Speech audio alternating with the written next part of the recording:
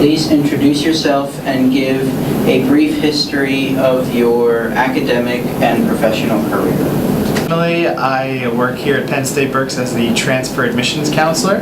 Academically, my career started at Penn State Berks back in 2009. I was a student here from 2009 to 2013, and then I received my bachelor's degree in applied psychology. I just finished my master's degree in higher education last summer through Penn State's World Campus online, and I'll be starting a doctoral degree in higher education through the University Park Campus this upcoming fall. So what opportunities did you take advantage of during your time at Berks campus and University World? During my undergraduate here at Penn State Berks, it's actually kind of ironic. When I first started my first semester, I didn't really take advantage of any opportunities. I commuted from home, and I wasn't really involved in any clubs or organizations. I went to class and left. I worked part-time off campus, and for me, after that first semester, I knew that there was more to college than what I was experiencing. I wanted friends, I wanted that social experience, and I knew that there was more there than what I was getting. So for me, that first semester was sort of a finding myself moment of, you know, what is it that I want to do and experience during my time here. I really kicked things off by getting involved in the mentoring class Cned 304, which is ironic because I now teach that class, but for me that was the first stepping stone to breaking out of my shell and looking into different opportunities outside of my academics here. And for me, this is probably not the best analogy, but I would say it sort of spread like a disease in that, you know, once I got involved in one thing, it just spread, and then there was another thing and another thing and another thing, and before I knew it, within a few years, I went from, you know, not knowing anyone and not really enjoying my time here to being involved in, I was a president of the Lion Ambassador organization on campus for 2 years. I was a orientation leader captain for 2 years. I was involved in the Berks Honors Program.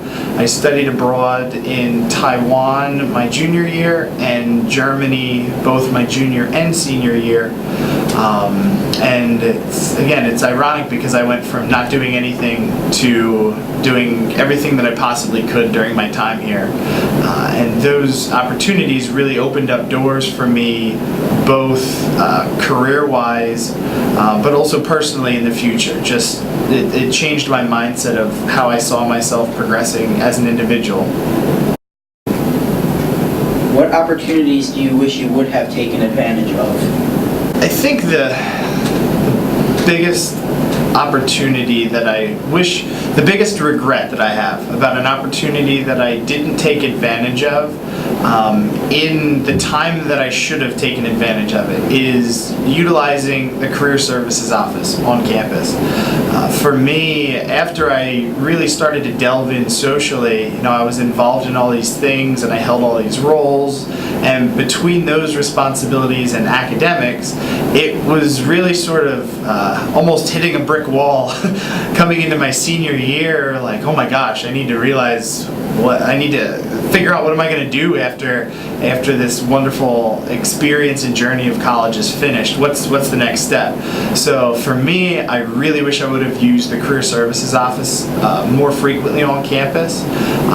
And I think in general, just those resources, you know, talking to students in general, those different resources like Career Services, the Writing Center, the Learning Center, you know, Student Support Services. There are a number of different offices on campus that run on a daily basis, and students, you know, I don't know if they realize the fees that they pay each semester in tuition are used to help run those offices. So every student is paying towards these resources, but I think very few students actually utilize them. So for me, my biggest regret was, again, not utilizing Career Services earlier than I did, but I think just in general, just the resources on campus and the connections that that Penn State Berks has. You're paying for this world-renowned education, but you get these other opportunities as well, and it's important to take advantage of those opportunities as early as possible and as frequently as possible. What are your thoughts on the opportunities that college students have in this environment? So, in order to answer this question, I want to actually talk a little bit about something, a theory that was brought up in one of my master's level classes. In one of my student development classes, we talked about Alexander Aston. And Alexander Aston was a professor at the UCLA, University of California, Los Angeles.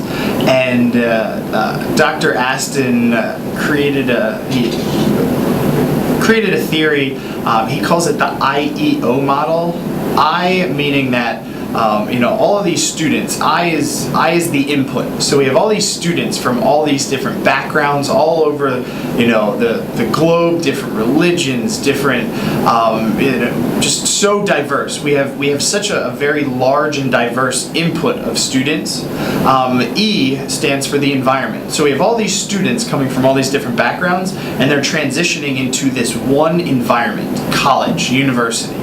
Why are they here? They're looking towards the output. What are we looking to gain after college? What types of careers are we looking to blossom into? How do we want to develop and grow professionally after college? So, this IEO model, we have a very, very large I, input. All these individuals coming from all over the place. You have one environment of college, and you have all these individuals looking to gain something different after college. So, for me, that the environment of college, it's one place, but we're all here looking for something a little different. I think many students have the same career aspirations, and that I want to get a great job. I want to get a good paying job. I want to be happy with where my career is blossoming after college. But depending upon what your interests are, that can look very, very different for different students. So for me, the focus is, what are we getting out of this environment? What do students do with their time in college? An analogy that I had heard over the course of time was you have two different types of students. You can either be a hunter or a gatherer. Students, you'll want to envision yourself, say you're in the plains of Africa, and you have this wild gazelle roaming through the grasses. Are you going to be the hunter that has the spear in your hand to say, "Yeah!" and hunt down that gazelle? Or are you sitting there and waiting for it to fall over dead in your lap?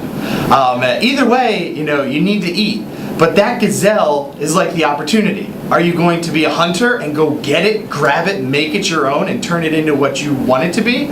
Or are you just going to sit there and wait for it to fall in your lap and see how things pan out? I wish more and more students would be hunters and just do all that they can with that opportunity. Start early, start often, make connections, branch out. There's so much that you can do with this environment of college, and I don't think enough students take advantage of that environment. I believe personally, my own personal opinion, I think there's a misconception in that, people think, if I go to college, it's going to be a golden ticket to this outstanding career and wonderful profession. And I know for me, at least, even after graduation, it was sort of like, hitting a roadblock a little bit. Like, wow, okay, this wasn't exactly what I expected it to be. It wasn't quite as seamless. And that sort of ties back into career services. Why I wish I would have utilized that resource sooner.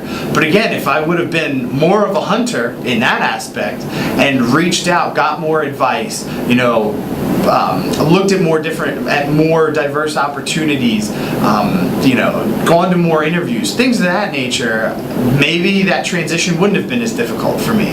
So again, it's all about that decision. Are you a hunter or a gatherer? You make that choice. What advice do you have for first-year students? Become comfortable being uncomfortable. We all have this bubble, our zone that we're in, and we're happy and safe and warm in our circle, in our bubble. But outside of that bubble, that's where we learn and grow. And there's a multitude of different experiences that students can have outside of their bubble.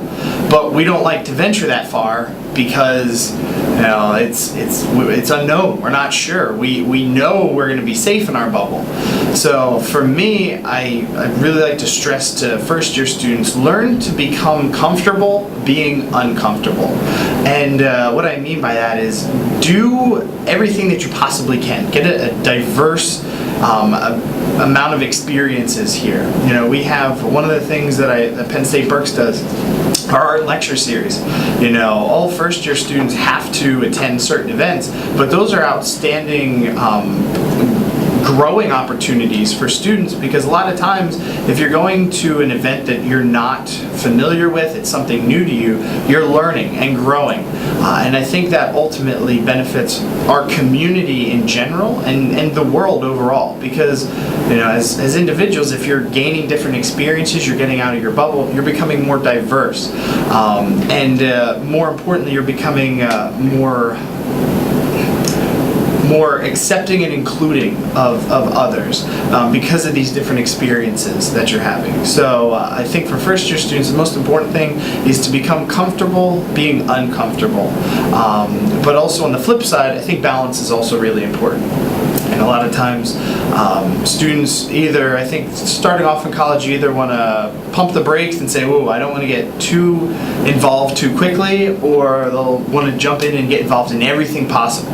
And I think balance is very important for your first year, because ultimately, academically, that's the most important time for you, because what foundation you lay for your GPA that first semester or first year, it makes it either awesome, I'm going to maintain a great GPA moving forward, or ooh, I really need to build my GPA back up because it's not what I want it to be. So balance is also really important to begin a student's academic college career, to be able to understand that, hey, I know I need these different experiences and I need to broaden my horizons, but at the same time I know I need to balance what I already have and not get over involved that all the pieces are starting to fall through. What advice do you have in general for all students? For all students, I think my piece of advice, something that I've just started to delve into a little bit more myself, is I think more students need to use their network. And I'm saying, for me, networking sounds way too professional, too formal. So I just like to say, make as many friends as you can. I'm at a point, for me, academically, I'm trying to decide, for my doctoral program, do I want to do a doctorate of education, a DED, or a doctorate of philosophy, a PhD? And the way that I'm trying to answer this question is I'm asking as many people as possible. I set up a meeting with Dr. Ansari, one of the faculty senate chairs. I met with Dr. Escada, the academic dean, Chancellor Hillkirk. I've talked to Terry Sabatelli from Student Affairs, Sandra Rochelle. I've met with individuals outside of Penn State at different institutions. So for me, when I have this turning point of, what do I see myself doing in the future? I'm utilizing my network, and that's what I think is most important for students to understand, is that as you progress through life, you're not doing this alone. You have a support system, a group of people that are there backing you and helping you. Use that support system. Penn State has the world's largest active alumni association, so there are plenty of Penn Staters that have done what you're looking to do in the future. Use that to your benefit. Whether it's the small circle of people you've come in contact to here at Penn State Berks, or whether it's the field that you're looking to progress into. Use that resource, that connection, that circle of friends that you have to help you make decisions in the future. And that shouldn't be something that stops after you graduate. You should use that moving forward. I always say gain as much information as you can, talk to as many people as possible, lay all that information out on the table, and then once you have all the information laid out, then you can say, you know what, this is what I want to do. This is going to be the best decision for me moving forward, and this is what I need to do moving forward in my life. So use that network, those resources and those friends that you make during your time here, and utilize that to make the best decision for you moving forward for your future. Thank you for your time. Thank you.